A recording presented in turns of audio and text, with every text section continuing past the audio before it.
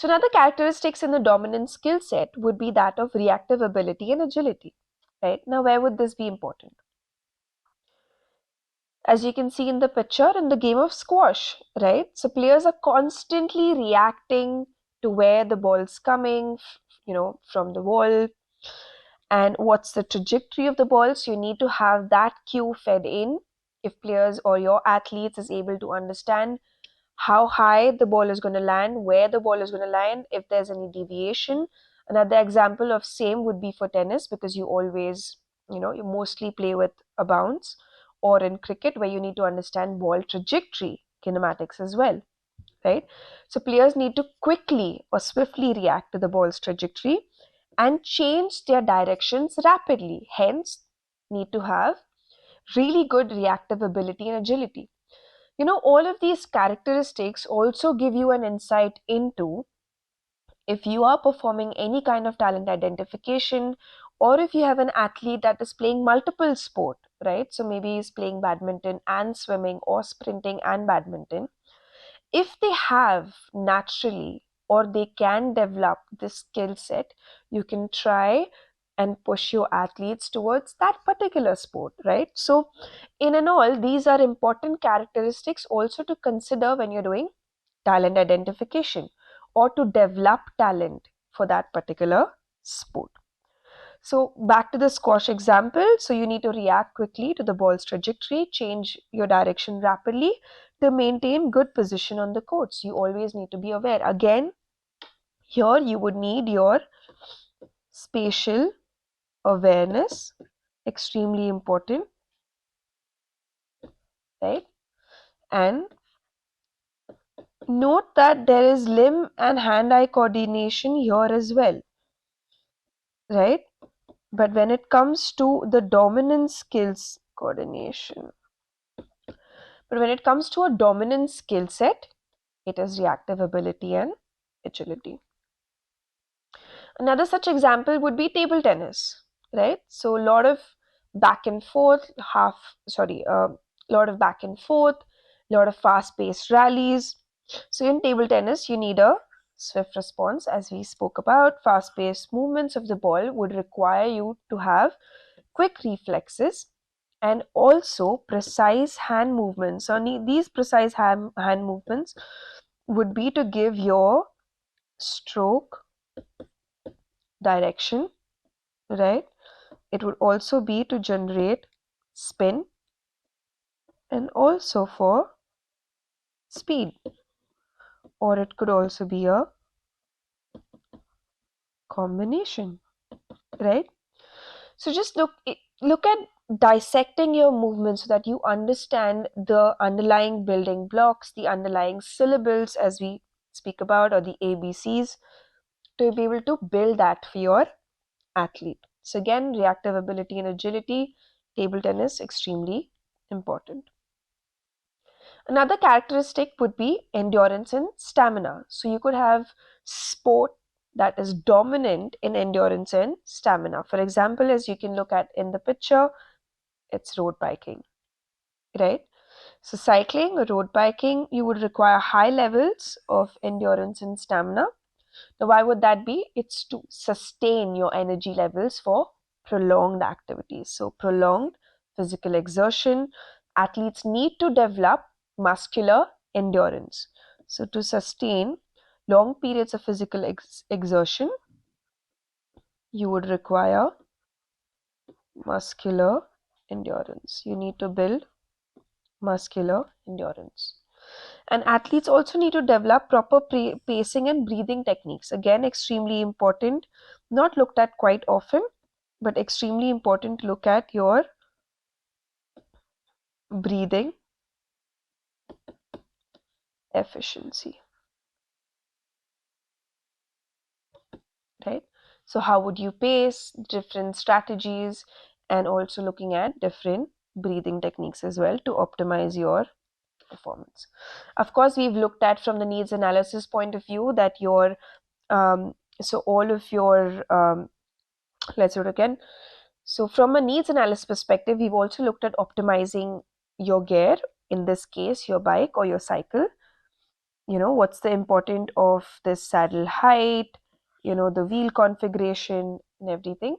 But apart from that, it's also important to have endurance and stamina to optimize performance. So another characteristics of the dominant skill set would be strength and power. You can also categorize sport based on dominant in strength and power. So as you can see from the image over here, weightlifting, powerlifting, all of these could be an excellent example. So emphasis here is on maximum strength, right? So emphasis again, maximum strength and explosive power. So when you're looking at the sport and designing training programs for this athlete, you also look at developing this strength and explosive power with good technique, right? Of course, good technique. And these two combinations will help you achieve what we call as, they help you achieve mechanical efficiency. Oops. Right? So good technique along with developed strength and explosive power help you achieve good mechanical efficiency. So they use defined technique so that the lift exceeds your weights. Another body weight would be gymnastics, so gymnastics on the beam, right? So they use body weight to perform varied movements like your flips, twists, holds, any routine on the bar that requires high strength to weight ratio and body control, right? So through your body control and strength, you can perform all of these movements efficiently. Another dominant skill set would be, we've looked at overall, body weight, right? Let's look at specifically sport that require upper body strength, right? So as you can see from the picture, rowing would be an excellent example. So we have rowers that predominantly use their upper body. So their lower body is quite stationed, and it's more the use of core and your upper body to produce the oar speed. So the back, shoulders and arms become extremely important. So this muscular strength in those areas are required to propel oars through the water with technique focused on generating power. Okay, so it's quite upper body dominant. Same as your upper body, let's look at an example of where it would be lower body dominant, right? Again, bear in mind that it is lower body dominant, not that we're using only lower body, right? Most of the sport or almost all sport require a combination of both. It's never isolated as much, right? But you can but you can have a dominance. So in this case, it's lower body dominance in sprinting. So mostly sprinters rely on lower body power and strength. So, all of your ground reaction forces, transferred up through your lower body into the hand that help you propel forward, right? So your major muscles of the hip, your quads, your hamstrings are the ones that produce strength and explosive power, right? So quadriceps, hamstring and glutes to generate explosive power. If you were to train your athlete for explosive power, what would you do? You would do a lot of plyometric training where you develop explosive power. You also need to have good muscular strength. Excuse me. Oops. Right here. So you need to have develop good plyometric training protocol, good muscular strength, and also muscular endurance to sustain the distance. So for example, if you're a 400-meter runner or an 800-meter runner or a marathon runner, you would definitely work on muscular endurance capacity. Another characteristics of, another way of categorizing the sport according to the dominant skill set would be sport that are dominant in balance and coordination.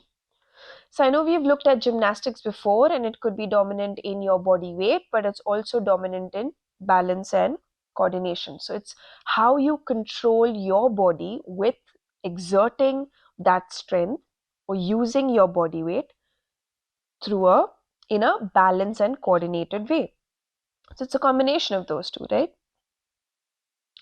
So gymnasts need, as you can see in the picture, exceptional balance and coordination to perform their routines. So to perform intricate routines on different kinds of apparatus. So it could be a beam, it could be your rings, it could be anything, right? So to perform these intricate routines, you need exceptional balance and control along with muscular strength. So they should be able to carry a good body weight to precisely control their body movements or to optimize controlling or efficient control of. See how we're using the word efficiency again and again. It's extremely important that we don't spend extra energy, or the energy expenditure doesn't go out of the deviated line and moves only towards the targeted line of where the body is aimed to go. So it's extremely important we do that to reduce fatigue. And again, reducing fatigue is reducing the risk of injury through controlled workload, right? So the efficiency is extremely important in this case as well. Another such example of balance and coordination would be for skaters, right? So constantly in skateboarding, you would see that when they're doing these different tricks and maneuvers, they need to have a good balance, so good core and good coordination to be able to perform their trick or their maneuver successfully. So they need strong balance and coordination skills. So you need to have your routine that looks at muscles being able to stabilize the body through those particular range of motion to perform their different maneuvers while maintaining stability and control on the board, right? So these are the two examples we've looked at, which is gymnastics and skateboarding, both completely different, both requiring other non-dominant skill sets as well. But balance and coordination is their dominant skill set. Right, another dominant skill set would be team coordination and communication. Now we know that there are a lot of group sport, right? So for football, basketball, volleyball, netball, you know, what else? There's doubles as well when it comes to tennis and badminton. So all of these require team coordination and communication, right? So let's look at basketball as an example. So players must coordinate not only their communication but their movements as well, because they make, so if you're in a particular position, for example in basketball, you might have the advantage to score the shot, right? So you need to have coordinated movement patterns and need to be able to effectively communicate with your colleagues to execute the any offensive or defensive strategies. So you need to execute all of this for a good team success, right? Another example would be soccer, right? So soccer players must work together as a team where you demonstrate coordinated movements. So you understand what each of you are good at, how the movements are being executed, which position are you at to be able to make those informed decisions and strategies, right? So to have your plays. So we've looked at dominant skill sets and how we can categorize sport based on what's the underlying dominant skill set. Let's look at movement. So when it comes to movement, we've previously looked at the different subcategories. Let's look at them one by one. So sport could be single movement dominant, right? So single movement dominance can occur. For example, in javelin, right? So as you can see here in a picture, it involves one single explosive movement, right? And what's the aim here? It's to propel this javelin to as long as distance that you can achieve, right? So as far as possible. Now, in order to do that, in order to achieve that distance, through that explosive movement, of course, you need a good technique, right? So you need precision that will be generated by good technique to achieve your optimal throw. Now, what are some of the biomechanical characteristics or some of the requirements that you would need for javelin? Of course, we look at it in the next module, but let's look at some of the important ones, right? Like, what's the release angle? So again, based on your trajectory mechanics, you need to also look at javelin trajectory. Oops. Just do that again. Right, so javelin trajectory kinematics. So what speed was it left? Oh God. Right, so what speed was it released at the angle? What was the release angle? The position of the javelin athlete as well. So all of that is extremely important. So all of those are biomechanical considerations that you would consider to achieve good technique for precision and to achieve distance. Another such example of movement dominance would be for repetitive movements, right?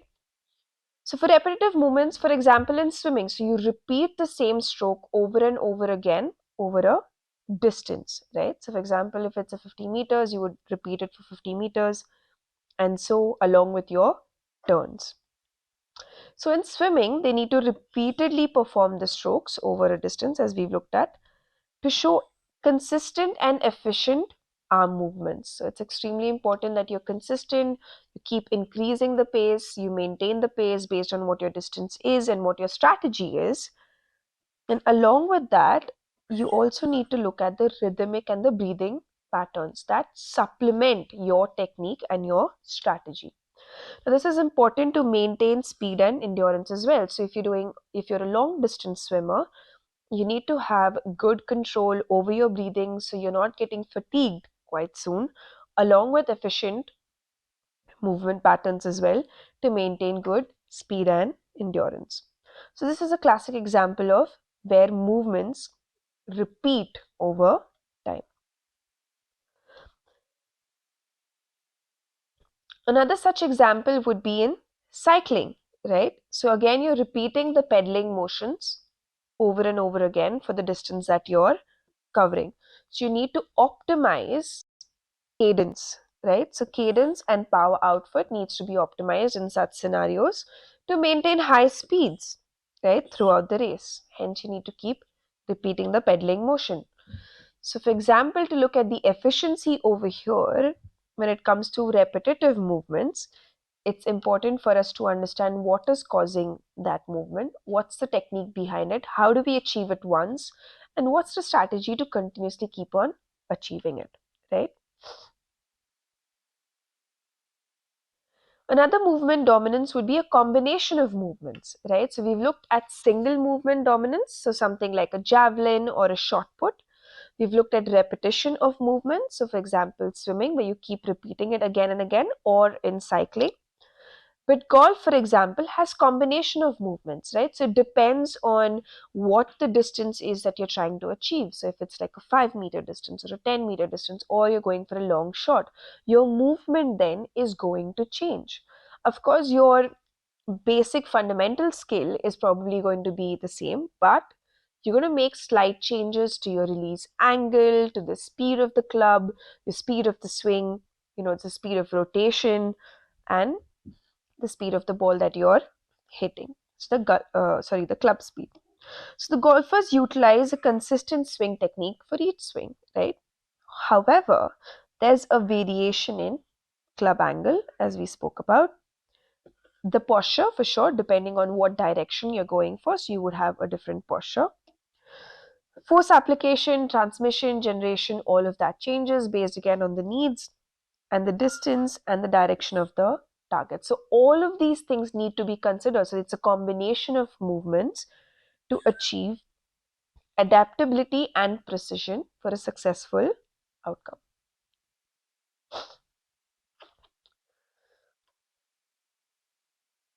Right. So another example of combination of movements is in archery, right?